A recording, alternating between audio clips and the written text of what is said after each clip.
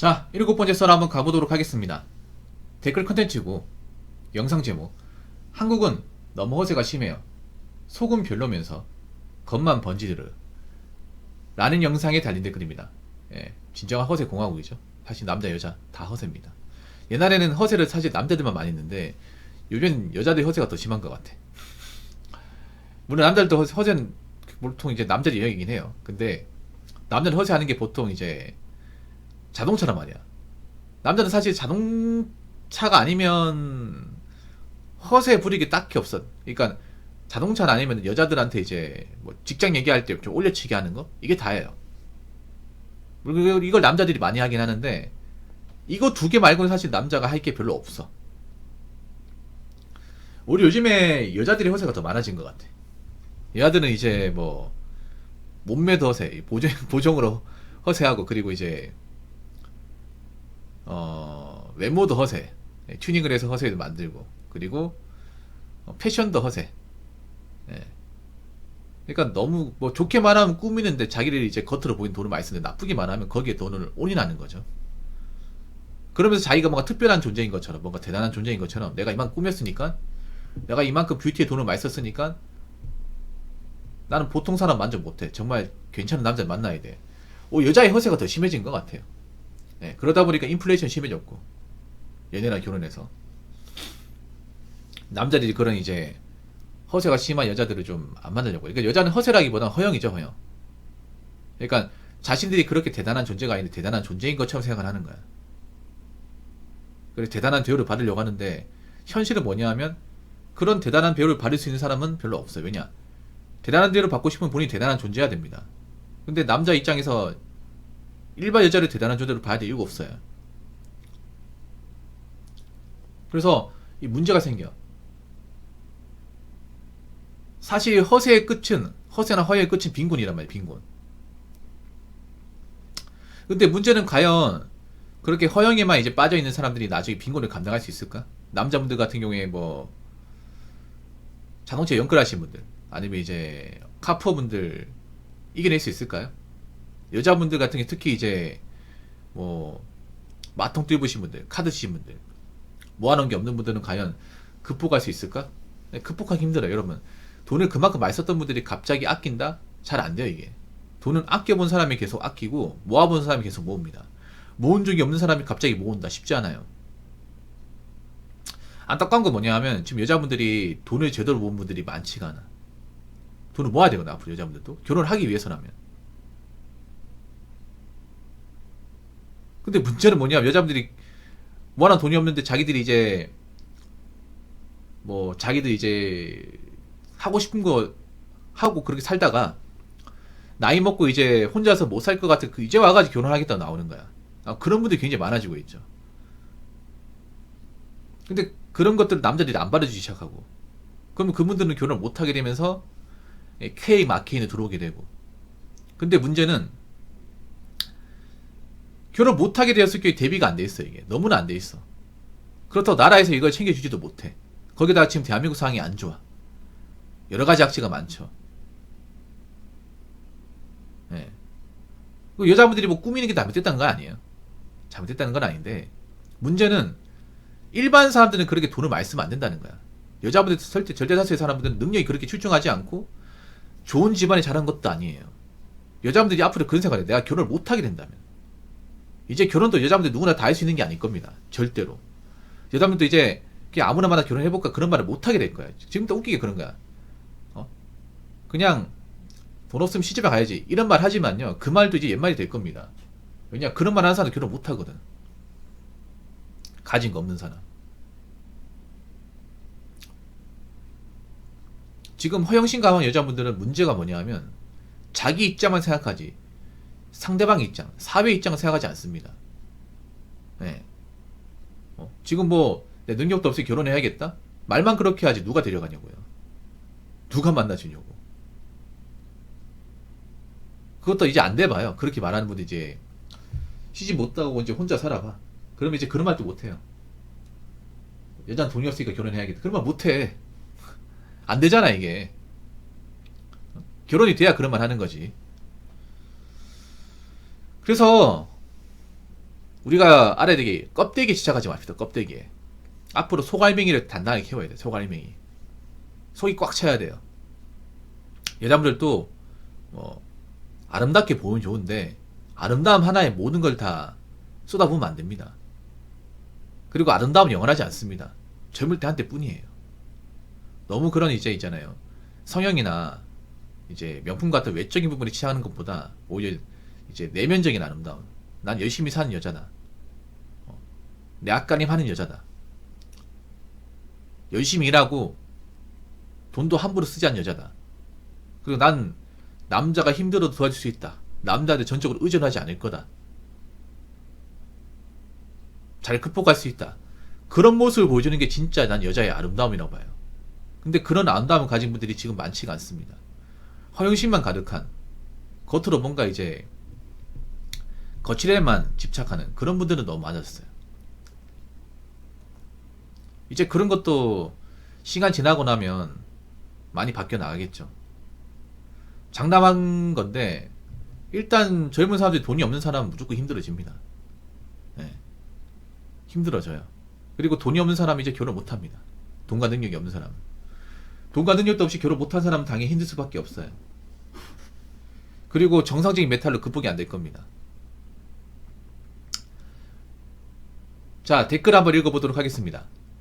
덧붙이자면 일본인이 경찰에 이용하는 이유는 세금과 유지비입니다. 자동차세가 한국은 경감되는 구조인데 일본은 늘어납니다. 그리고 정기점검 비용이 기본적으로 1, 200만원 단위입니다. 거기다가 수리라도 하면 곱절이 되죠. 타이어도 겨울용 여름용 따로 있고 경차 타이어와 중형차 이상 타이어 가격 차이가 어마어마하다고 합니다. 그래서 자동차는 5년 안에 팔고 새 차를 사죠. 물론 경차로. 그리고 일본 경차는 배기량 기준이 600cc 이하입니다. 그리고 어디든 주차비를 내야 하는 환경이고요. 일본은 경차를 몰 수밖에 없는 구조입니다. 라고 적어졌습니다. 그렇죠. 일본 사람들도 세단을 좋아합니다. 그러니까 일본 사람들이 세단을 싫어하기 때문에 세단이 안 팔리는 게 아니에요. 일본에 보면 그거 아십니까? 일본은요 세단이 정말 안 팔립니다. 세단도 안 팔리고 SUV도 안 팔립니다. 근데 우리나라는 신기한 게 경차가 팔리긴 한데 경차를 많이 안 팔리고 오히려 세단과 SUV가 많이 팔립니다. 여러분 아시죠? 우리나라 많이 팔리는 게 보면 우리나라 같은 경우에는 지금 K5, 그랜저, 세단이죠. 그리고 SUV 중에 뭐 스포티지, 카니발, 소렌토, 네, 이런 게 많이 팔리죠. 길거리 가면 쉽게 볼 수 있잖아요. 물론 그런 차가 나쁘다는 건 아니에요. 근데 일본이 보면 그런 차가 안 팔려요. 그런 차가 없어요 사실상. 웃기게 뭐냐 하면 일본 차 중에 유명한 게 도요타 캠리 세단이잖아요. 도요타 캠리나 크라운 그리고 혼다 어코드인데 우리나라엔 출시가 됐는데 정작 일본엔 출시가 안 됐어요. 예, 우리나라에서는 여러분 아시겠지만 캠리랑 이제 어코드 출시가 됐죠. 크라운 출시가 됐잖아요. 유튜브 보면 나오잖아. 시승기 같은 거 나오잖아. 유튜브에 보면 나오는데 일본은 없어요. 일본에서 그 시승기가 없어. 자기네들 나라에서 만들었는데 왜냐? 안 팔리기 때문에. 예, 그냥 적당히 안 팔리는 게 아니라 거의 안 팔리다시피 해요. 진짜. 어느 정도냐 하면 1년에 1000대 팔릴까 말까 그래. 1년에 1000대. 예. 사실상 거의 안 팔리는 거죠. 그러니까 이제 단종을 시켜버려요. 자기들 나라에서. 안 팔리니까. 내놓지도 않습니다. 그럼 왜 경찰을 이용하냐 하면 그런 거예요. 일본이나 나라가 경차를 운전하기 좋은 것도 있지만 일본 사람들이 그런 것도 있어. 세단을 몰기에는 부담이 심해서 그런 것도 있어요. 일본 사람들 서민들은요. 일본의 서민들은 많은 돈을 벌지 못해요. 거기다 일본의 물가가 그렇게 싼 것도 아니고 특히 일본의 주거비용이 많이 비싸. 일본은 월세가 많이 비싸거든요. 그래서 이것저것 많이 나가다 보니까 그런 비싼 세단 같은 거를 몰 만한 여력이 잘 안 돼요. 일본 서민들은. 일본에도 좀 능력 있는 분들은 경차보다 뭐 좀 큰 차를 몰겠지. 네. 근데 이제 일본 서민들 같은 경우에는 이제 금전적으로 넉넉하지 못하다 보니까 그런 차를 모르는데 부담이 크죠. 예, 그러니까 세단이란 차를 싫어하는 게 아니라 세단은 모이기에는 굉장히 좀 재정적인 이제 뒷받침이 안 되다 보니까 그래서 못 모는 것도 있고 또 한 가지 말씀드리자면 이제 뭐 세금 같은 거 세금도 막 일본 세금 굉장히 세거든요.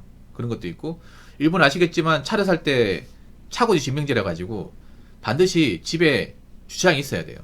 주차장이 없으면 돈이 많아도 차를 못 삽니다. 예. 만약 우리나라에서 차고지 증명제를 많이 도입하게 되면 한 70%는 차 못 삽니다. 아마 차고지 증명제 우리나라에 도입하면 자동차에서 다 반대할걸? 아마 자동차 판매량이 반의 반절로 아마 떨어지지 않을까? 카포드는 절대 차 못 사겠지? 아마 중고차 사는 시장도 개떡락하겠죠? 예. 차고지 증명제로 많이 도입을 해버리면. 그러니까 차를 살 때 내가 이런 차를 주차할 수 있다는 것을 이제 신고를 해야 되죠. 근데 일본 집을 가보면 일본 그 주차장이 굉장히 넓지 않습니다. 좁아요. 예. 공간이 좁습니다. 그리고 일본 골목이나 이제 그런 도로도 좁아요. 예, 좁으니까 큰 차를 모이기엔 적합하지 않아. 그리고 일본 경차가 좀 특이한 게 있어요. 예. 일본은 경차가 종류가 엄청 많거든요. 정말 많아. 우리나라에 나오는 게 이제 우리나라에 유명한 게 그건데 뭐지 그 이름이 뭐지? 그 야리스라고 있어요. 도요타 야리스. 야리스 말고도 종류가 많아요. 보통 근데 우리나라 경차하고 일본 경차의 차이가 뭐냐? 우리나라 경차는 그래도 승차감을 강조해가지고 뭐 짐 실는 거는 많지 않겠지만 그래도 사람이 앉을 수 있도록 편하게 갈 수 있도록 설계가 돼 있단 말이에요. 물론 경차가 좁긴 해. 아무리 경차가 가지고 있는 크기라는 게 제한이 있다 보니까 덩치가 큰 사람 타기 그렇지만 그래도 요즘에 나오는 이제 모닝 같은 거 보면 그래도 일반 성인이 타는데 부담이 없도록 설계가 됐어요. 네. 안장도 괜찮고, 네.